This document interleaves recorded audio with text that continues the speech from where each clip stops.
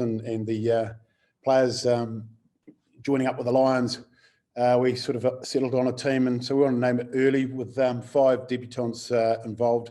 Just give them enough time, really. Name it nice and early. Give them enough time to settle into things. And yeah, I think this time of the week for this particular week is the right timing, with the Lions probably taking up centre stage later in the week. In terms of the 2 new caps who are starting, Tom Rogers and Ben Carter, what have you seen from them in training to make you suggest they're ready for the international rugby? Yeah, well, there was obviously things in their club game that we saw which we liked, and they've progressed well in this environment. They've trained well, learned a lot in a short space of time, and taken that on board really, really well. So, you know, in terms of retaining information, that sort of thing in this environment, we think they're good to go. And, you know, with a lot of these players, we don't just want to see them in the training environment. For a lot of them, we want to see them in a test match. So 5 of them will get that opportunity this week. And in terms of Tom and Ben, Tom first, maybe what has he shown you in terms of that back 3 options that you're given? Yeah, look, he's very good in the air. He's showing a good awareness. He's learning a lot in terms of what he does off the ball, which is a big area to improve in terms of his work rate and his involvements. So, you know, he's taking to it like a duck to water, really. And just the enthusiasm that these young guys are bringing, as you'd expect. So, look, I think, yeah, hopefully we get a good day weather-wise, and, you know, we get a game that flows, and he can get plenty of ball in his hand and show us what he can do. He's playing with Lee Halfpenny, who is going to be 100th international for Wales and the Lions. Lee's obviously very shy and modest, but what sort of accolade is that for him? So I'm not sure if you can hear me, but I can hear you now. Is it at our end or their end? Yeah. So fine. Lee Halfpenny's 100th international appearance. What sort of accolade is that for the player, and what qualities does he have? Well, it's huge for any player to be in this in the modern game. The brutality of the sport and for a guy his size, he's not the biggest bloke going around, but he looks after himself so well. I think it speaks volumes of his professionalism, the way he looks after himself, the way he recovers after each effort, the way he prepares himself both mentally and physically for the next challenge. He's a credit, you know, to the hard work that he's put in. He's a good one for these young guys to get alongside in training and to see how, you know, a true professional operates and the time he puts in looking after his body and obviously the homework that he does. So, you know, a guy like Tommy Rogers, he's had a bit to do with Lee, obviously, in club football.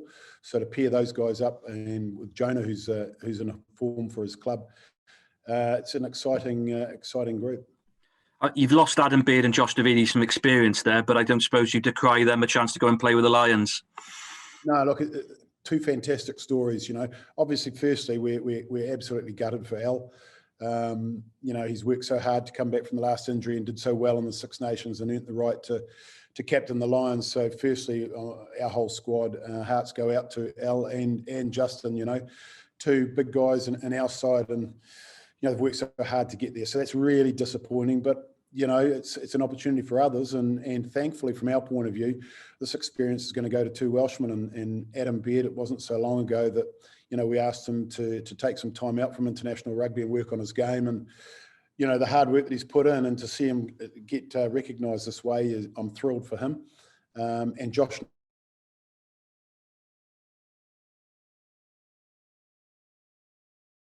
Around the World Cup, he's battled back, and you know, I'm pleased to see him go as well. So we wish them well. But once they do get that call up, we were busy on the weekend looking at who we'd bring in, and it's an opportunity for us to have a look at another couple of players. And obviously, Seb had been left out. I spoke to him before we named the squad, and to give him the call to bring him back in, he was excited, and he's showing that in training. And then young Rhys Davies, you know, I haven't had anything to do with Rhys, and you know, he's very raw. He's got a lot of potential, and he's a young man that's happy to jump in at 6 or the second row, and so I think he's got a big future in the game as well. Do you know the extent of Alun Wyn's injury, Wayne? Because obviously when he leaves the Lions, he probably comes back to the WRU and the Ospreys. Warren Gatland suggested once they'd have the scan results whether he could play later in the series. Do you know the severity of the injury at the moment? No, we're just probably like everybody else, just waiting to see.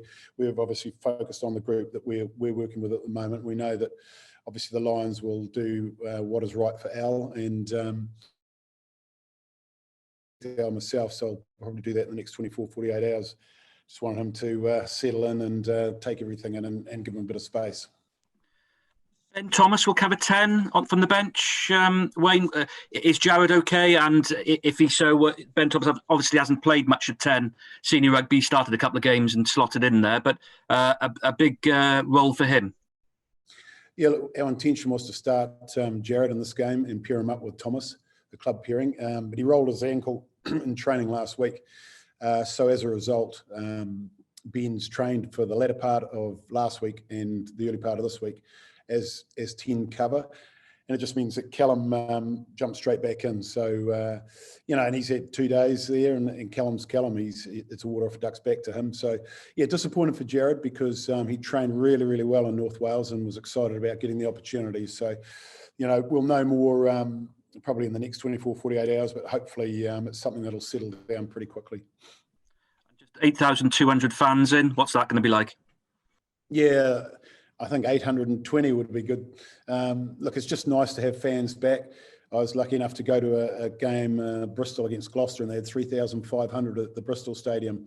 And it sounded like 35,000 because it was obviously passionate fans who'd been starved of rugby, and they got in there and behind their team. And it was great being back there. It was exciting for Stephen and I just sitting in the grandstand. So look, we're looking forward to it, and I know a lot of the families and fans obviously are looking forward to coming along. What opposition will Canada be for yourselves? Yeah, tricky because we don't know obviously a lot about them, and that they haven't played any rugby because of COVID and obviously being in that sort of tier 2, they're not exposed to as much rugby as we are. So if we look back, it's only World Cup footage, and they've got a lot of changes in coaching personnel. So what we do know is they'll have an experienced coaching group that know a lot about Wales and how we want to play the game. So, it's a tricky opponent. We've got a lot of changes, a lot of new boys. And so for that reason, we're just focusing on what we can bring to the game without worrying too much about the opponents. And good to see Rob Howley back in rugby. Oh, yeah. Look, when you've got a guy that's, had that many years experience, he's been on Lions tours, coached Wales for a long, long period of time, had a lot of good results behind him. So it's sad to see anybody out of the game for any length of time when they've still got something to offer. Thank you very much, Wayne. Good luck on the weekend. Hi, Wayne. Beth from ITV. You're right. Thanks, Beth. Just how's it felt, kind of, the last campaign, obviously doing what you guys did, now looking ahead, I'm guessing, rebuilding and adding to a squad ready for the World Cup in 2023? Yeah, look, we really love these campaigns. As hard as it was results-wise for that autumn series, we got so much out of it in terms of blooding 11 players, I think it was then. We've got about 7 new caps involved in this squad. So, 18 players over about 18 months to 2 years. It's just serving a purpose for down the track. We're going to build more depth and we have to do that at some stage. And so this is the obvious window. And it's just great, though, to see guys, they receive the phone call for the first time and to hear them on the other end of the phone, the excitement levels, and they bring that into camp. And it's good for the older blokes too, who think back to, when they were first selected. And I think it gives everyone a bit of a lift, to be honest, and certainly the coaches. We review every training session and sit down at the end of each day and talk about the players. And we've been really impressed with the raw talent that at our disposal. I think some of them have just, got a wee way to go in the gym and what have you to get to where they need to be full-time at this level. But it's certainly great information for them to take away and for us from this process. So, I think everyone's enjoying it to date. I was going to say, because normally a Wales squad, all the eyes would be on you, but obviously there's been so much sport on. Has it been nice just to kind of, train in the background, kind of familiarise yourself with the new players and some of the new faces? Well, I've got to be honest, we all enjoyed the football yesterday. There was about 14 goals scored or something. And, I don't watch a lot of football, but I watched those 2 games and I was pretty impressed. But we're quite happy where we are in the program with the group we've got, just being in the background and concentrating on ourselves and making sure that we get out of this this project, if you like, what we want. And so far, we've learned a hell of a lot about the players in terms of how they learn, the way they prepare, how they take information on board and how they process that. And seeing some of the growth in just 7 or 8 days has been amazing. And others maybe not as quick. So you're learning the good and the bad. Sorry to ask a question about Alun Wyn, but I don't know about, obviously we were all watching it, you know, as journalists or fans, but for you seeing Alun Wyn when he came off, did you know immediately that it was kind of serious because of the way, you know, he doesn't normally come off, does he, Al? No, he doesn't. So when you know the player, then you know it's either something significant or it's a precaution, and you always hope it's a precaution because it's an area of the body which you don't really want to continue with. But look, it's very, very sad when any player picks up an injury, and especially at that level of the game when they've worked so hard to get there. So knowing Al the way he is, he'll hit the refocus button and he'll set a new target and whatever that looks like, and we'll be across that shortly. Brilliant. Thank you very much. Thank you. Hi Wayne, just on a similar thread, what qualities does Alun Wyn possess that you think will allow him to bounce back pretty quickly from this setback? Well, I think we all saw with the knee injury in the Italian game, the last game of the Autumns, you know, he had a window of opportunity where we were told that he had missed the first 2 Six Nations games. The guy did everything humanly possible to get himself ready as quickly as possible. And, you know, he gave us a date that he felt that he'd be right, and he was bang on. No one knows their body better than the person in it. So, look, he will, it's a state of mind. He's a very strong character, obviously mentally, very, very tough. And if he sets his mind to something, I would say 99 times out of 100, he'll achieve it. And so if he says he's coming back from this particular injury and he gives himself a date, I wouldn't bet against it. And just someone obviously you're very familiar with, Byron Hayward, is going to be in the opposing coaching box on Saturday. Pleased to see Byron back in the game? Yeah, really, really pleased. You know, take the coaching side of it away. He's a good friend, and he's you know, he's worked really, really hard to be at the level of the game he was operating at, and yeah, well documented at the time that the chemistry just didn't work at that point in time with this group. But you don't become a bad coach overnight, and Byron's certainly done very, very well in his coaching career, and I know that he'll bounce back from that. It's just waiting for the right opportunity, and I think this is a good stepping stone for Byron to get back into full-time professional coaching.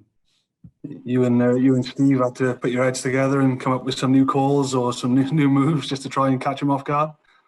Yeah, look, yeah, it's inevitable, isn't it, from time to time that you bump into someone that you've coached with along the way, and you know bits and pieces about how people want to play the game.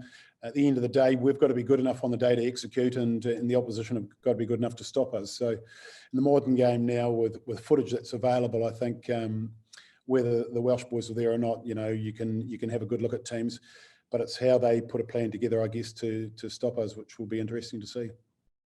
Yeah, just finally from myself, you obviously called up Rhys Davies to replace Navidi in the squad. Are you trying to have a look at your second row options, perhaps more than the back row options you've got? Do you feel like you're well covered in that area in the squad? No, Rhys played at 6 for Bath. He's 22 years of age, not 23 till later on in the year, so he's a young man. He's got a lot of development work to do in the gym, but his natural size and athleticism suggests that, you know, he could be a player for Wales going forward that can play in more than one position. And I certainly want a player that can play in the second row and 6. So, yeah, he's a guy that in training today ran at 6, and we're going to have a look at him. And I know Toby Booth has played him at 6 before. So, you know, hopefully, you know, going forward on a regular basis, he can do both. All right. Cheers, Wayne. We okay to switch to about embargo stuff now?